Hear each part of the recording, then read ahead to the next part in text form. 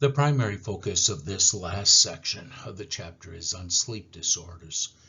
We're going to make a distinction between dysomnias, which refer to problems experienced in terms of the quality or quantity of the sleep, and parasomnias, where we're talking about abnormal behavior that happens to occur during sleep. There are a variety of disorders, and we will be covering all of the ones that are listed here. There are other disorders that we will not be covering simply because of lack of time. Before I get into sleep disorders, I want to make sure that you understand some basic sleep concepts and sleep terms.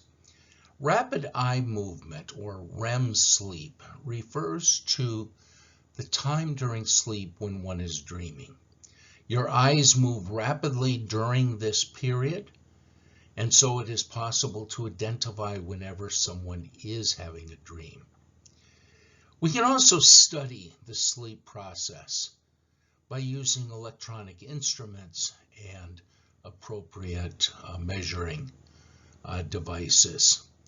That is called a polysomnographic evaluation, but it's better known as a sleep study. You literally will have dozens of sensors all over your face and body. You might think it's impossible to sleep under such circumstances, but most people are able to do it. And although they may take longer to fall asleep under those conditions, they typically provide enough of a sleep sample that one could easily identify problems. What kinds of things do they measure? Well, they can measure eye movements with an electrooculogram.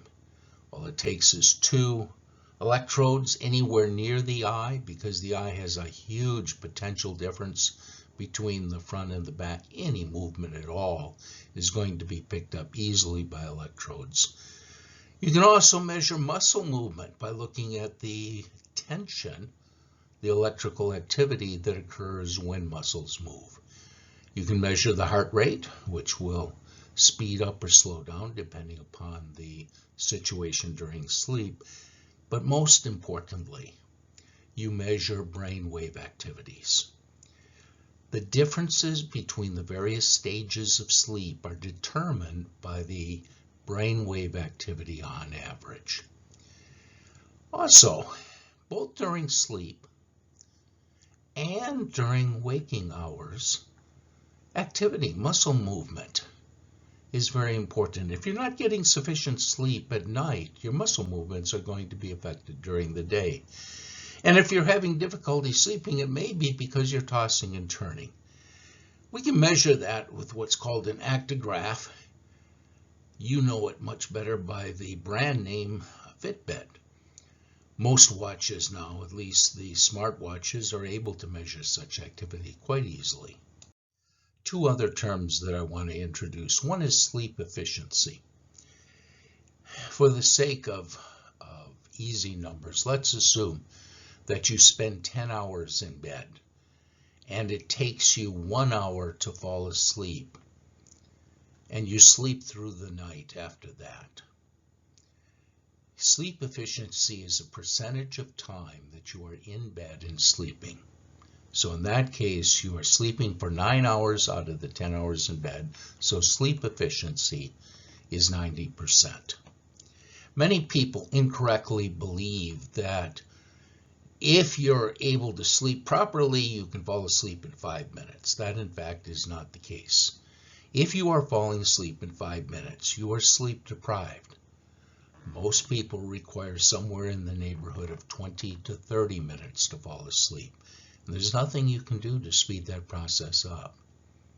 The more you try to fall asleep, the less likely you will be able to fall asleep. Second, micro sleeps. We need sleep. We need it desperately. If we miss sleep, our body will try to get sleep whenever it can. It can literally fall asleep for a matter of seconds. Now, depending upon what you're doing, that could be a real problem. If you fall asleep for 10 seconds, for example, while you're driving 70 miles an hour down the road, you're going to cover a lot of ground in 10 seconds.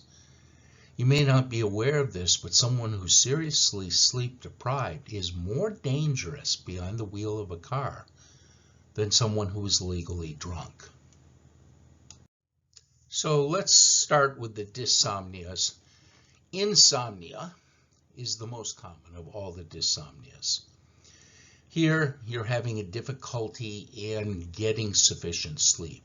Often it's a matter of not being able to fall asleep or taking a very long time to fall asleep, or not being able to stay asleep, so you wake up at some point and have difficulty getting back to sleep. If the insomnia is severe enough, what will happen is that you will experience microsleeps during the day because you're simply not getting anywhere near the number of hours of sleep that you need. It's a relatively common problem, affecting approximately 35% of the people, and it can be quite chronic, not always. It is more common in women than in men. It's more common in the elderly.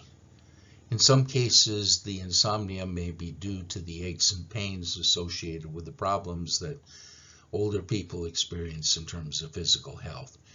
But it's also associated with stress and depression and anxiety, so that the kinds of things that we deal with every day may very well lead to occasional insomnia. Probably everyone here has had nights where they couldn't sleep very well because they were so upset about something. Now, sleep is not an easy thing to get sometimes. If you're in pain, it's going to be very difficult for you to fall asleep. If you've traveled across several time zones, your body temperature and your circadian rhythm in general may be disrupted. We'll talk more about that later. It's very hard to sleep in a place that's not reasonably good for sleep. A crowded airport where all the flights are delayed, laying on the floor, it's hot, and announcements, very hard to fall asleep. There are sleep disorders that we will talk about that can lead to insomnia, sleep apnea and periodic limb movement. I already mentioned that stress may periodically make it very hard for you to sleep. And sometimes people just don't know how to sleep. Their sleep habits are terrible. And then one last thing, if you have occasional insomnia, there's nothing wrong with using some of the over-the-counter medicines that will help you to sleep. But be aware, if you take those medicines for any length of time, when you stop taking those medicines, you will have a rebound effect you won't believe. You won't be able to sleep at all. And that's a common cause of insomnia for people who overuse such sleep medications. Okay, insomnia is not getting enough sleep. Hypersomnolence disorder is getting far too much sleep. You sleep not for 6 or 8 hours, which is pretty much the norm, but for 10 or 12 or 14 hours a day. This is very uncommon, although I want to point out, if you've had recent surgery, if you've been very ill, you very likely could sleep that number of hours, although probably not in one stretch. And that's part of the way your body is healing from such things. So that's not hypersomnolence disorder. This is a rare disorder. We don't know much about it because it's so rare we haven't studied very many people. I'm guessing all of you have heard of the term narcolepsy, but probably are not exactly sure what that involves. Narcolepsy involves falling asleep instantly, and doing so at the same time you experience something called cataplexy. Cataplexy is a total loss of muscle tone. So you literally can be standing up, fall into sleep instantly, all of your muscles relax and you collapse. Now, it isn't just that you fall asleep instantly. You fall asleep instantly into REM sleep. Normally, when you fall asleep, it takes close to an hour before you have a short period of REM sleep. And about every hour throughout the evening, you will have additional periods of REM sleep that get progressively longer over the night. Now, the interesting thing about these narcolepsy attacks is that they're triggered in many cases by strong emotions. That means that you can be making love to your partner, which certainly is going to produce a strong emotion, and suddenly collapse, which, as you might imagine, is going to be terribly distressing to your partner in more than one way. The interesting thing about narcolepsy is there are dream-related symptoms often associated with this. Now, these dream-related symptoms are not unique to narcolepsy. They occur in other situations as well. Let me tell you a little bit about dreams. We've already mentioned that when your eyes are moving, showing rapid eye movement, REM sleep, you're dreaming. What you may not know is that when you're dreaming, your body is paralyzed. This is a good thing, because if in the dream you believe you're being chased and need to run to get away, you don't really want to literally run with your eyes closed while you're asleep. You're likely to bump into something dangerous. Also, you can experience hypnagogic hallucinations. These are very vivid visual hallucinations that typically occur just as you wake up from a dream. And they're often associated with the sleep paralysis. So you have the hallucinations and you can't move. It's a terrifying situation. Now, narcolepsy is relatively rare. In most cases, it simply goes away by itself. It's no more or less common in men than women. And curiously enough, even though one seems to fall asleep a lot, there's a lot of sleepiness despite the excess amount of sleep that the person is getting. Breathing-related sleep disorders are serious problems, but fortunately, relatively easy to treat problems. The person is not getting a whole lot of sleep. Why are they not getting a whole lot of sleep? Because they're waking up. They're waking up sometimes as frequently as once every minute or two. And what's waking them up? What's waking them up is they're not breathing. And so they start gasping for air. Now, if they're sleeping with a partner, the partner is probably going to experience them gasping for air. It sounds like incredibly loud snoring, often with body movements as well. Now, the person almost always has no clue that they're waking up because they never come to full consciousness.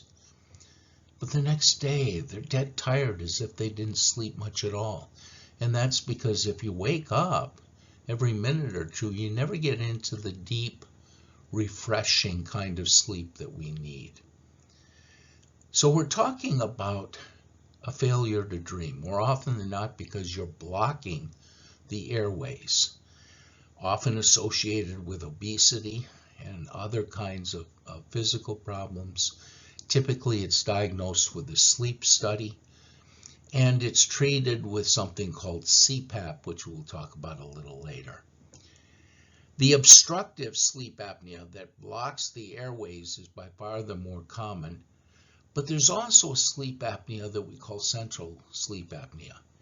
It's like the person simply forgets to breathe. There's nothing blocking it, there's just no muscle movement to do that. Now, obviously, you don't have to think about breathing, you do it automatically. So it's something in the brain that's failing to do what should be automatic, at least while the person is sleeping. There are a variety of circadian rhythm sleep disorders. I'm not going to go into them in detail, but I want to tell you a little bit about how our body regulates itself. We're perfectly capable of going 24/7 in the sense that we can light up the night, so we can do things at night that we never evolved to be able to do.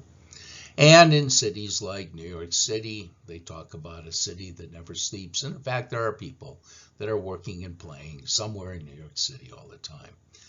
But in general, our body evolved to sleep. It evolved to sleep roughly 1/3 of our life. And it typically wants to do that sleep when it is dark. And in fact, we sleep better in the dark than we do during the daylight. Our body not only wants to sleep at that time, and even if we've had plenty of sleep, it's very hard for us to stay awake at, say, 4 in the morning because, well, our body really wants to sleep at that point. But our body follows roughly a 24-hour cycle that involves not only sleep, but changes in digestion, changes in body temperature, changes in activity level of several organs, including the brain. Now, most of that is controlled by a brain structure called the suprachiasmatic nucleus. It's a clock, and it basically says, okay, this is the start of the day, this is 2 hours, this is 4 hours, and basically it regulates all of these things. But it's not a very good clock. It has to be reset every day because, well, it doesn't really run 24 hours. It tends to be reset by the rising of the sun. So it's basically designed to keep our body in sync with the world that has a certain amount of sun and a certain amount of darkness. Now, of course, the amount of sun and darkness changes by the season. We've already talked about seasonal affective disorder. When the days get short, a small percentage of people tend to get depressed. Seems to be related to the length of the day. Now, all that works fine in our evolutionary history because we basically wake up at roughly the same place we went to bed. And so basically we have a 24-hour cycle. But these days, we can get on a plane and we can fly to the other side of the earth and land at about the same time, according to the sun, that we took off on. I mean, flying from here to South Korea, for example, is about a 10 or 11 hour flight, and we'll fly through 10 or 11 time zones to get there. That's not good for our body because our body is not used to that and never evolved to handle that. We also have people who work shift work. They have to be up at 4 in the morning because, well, that's when they're expected to work.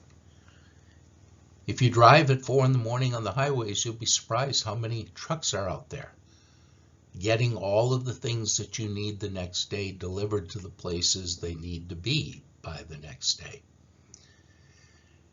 Because of that, because of shift work, because of jet lag, we often experience circadian rhythm sleep disorders. And it can be very disruptive because we can't get ourselves to fall asleep when we need to. We can't get enough sleep, and the sleep is not nearly as good as it would be if we had a natural cycle. Now, when we talk about optimal sleep patterns, you'll see examples of that. One of the things that I want to point out here is that our body clocks are really bad, but they're also different between different people. In a classic study that was done, they got individuals, mostly graduate students who were studying for prelim exams, where they would study for months, to agree to be in an apartment by themselves with no clocks, nothing to mark time, for a full month. They got paid for that, so they made money. And if they were studying for exam or prelim exams, it was a great way to study. What they found is that what was the natural day for one person was very different than the natural day for other people. Now, to make this work well, the apartment, there was one, was deep in the ground in a mine. There was no light, no differences in temperature over the course of the day, so a steady temperature all the time, and no external sound that would tell you that it's daytime and people are active, etc. One of the people had a 37-hour natural day. He would work, stay up, do things for about 24 hours, and then he would sleep for about 11 or 12 or 13 hours. So he's getting roughly 1/3 of his time in sleep, but not over a 24-hour cycle, but a 37-hour cycle. The vast majority of people had a natural cycle that was a little bit more than 24 hours. A few had cycles that were less than 24 hours, but that was the minority. Now, there's an interesting phenomenon associated with this. If you get on a plane in Ohio and you fly to California, you're going to fly across 3 time zones. So your day will be 3 hours longer than it would because you're basically chasing the sun. Most people handle that with very little jet lag, probably because their body naturally wants to have a longer than 24-hour day. Get on the flight in Los Angeles and fly back to Ohio. You're going to fly across 3 time zones, but in the opposite direction. And it'll feel like your day went from 24 hours to 21 because you're running away from the sun. And people are often find that to be very disruptive, sometimes to the point that it takes a week for their normal sleep cycle to return to normal. If you fly across more than 3 time zones, if you fly to South Korea, for example, or India, what's going to happen is your body isn't going to know what time zone it's in, because that's just too much disruption to your normal circadian rhythm. The best thing you can do is fight the desire to sleep if the sun says it's not time to sleep. So get up in the morning when the sun would normally rise. Get outside so that you experience the sun. That will help your body to reset properly so that eventually you will want to go to bed at the typical time for going to bed and will want to get up at the typical time for getting up. Okay, what we've been talking about is dysomnias, that is disruption in normal sleep. Parasomnias are problems that occur during sleep. Now, we've already talked about dreaming and REM sleep, and all of you know about nightmares. Nightmares are terrifying dreams, and they are so terrifying that they can wake you up, and you will be very distressed and probably have difficulty going back to sleep because, frankly, you've got a lot of adrenaline and cortisol flowing because the terror triggered for you this HPA axis stress response. Nightmares are fairly common in children, less common in adults, but they occur frequently in adults who experience PTSD. In PTSD, you tend to relive the traumas at night in form of nightmares, during the day in the form of flashbacks. Treatment for nightmares usually involves antidepressants, although with children we usually do not do that. Being relaxed before you fall asleep makes it less likely that your sleep will be disrupted by nightmares or distressing dreams. So relaxation exercises seem to be effective. Often confused with nightmares are night terrors.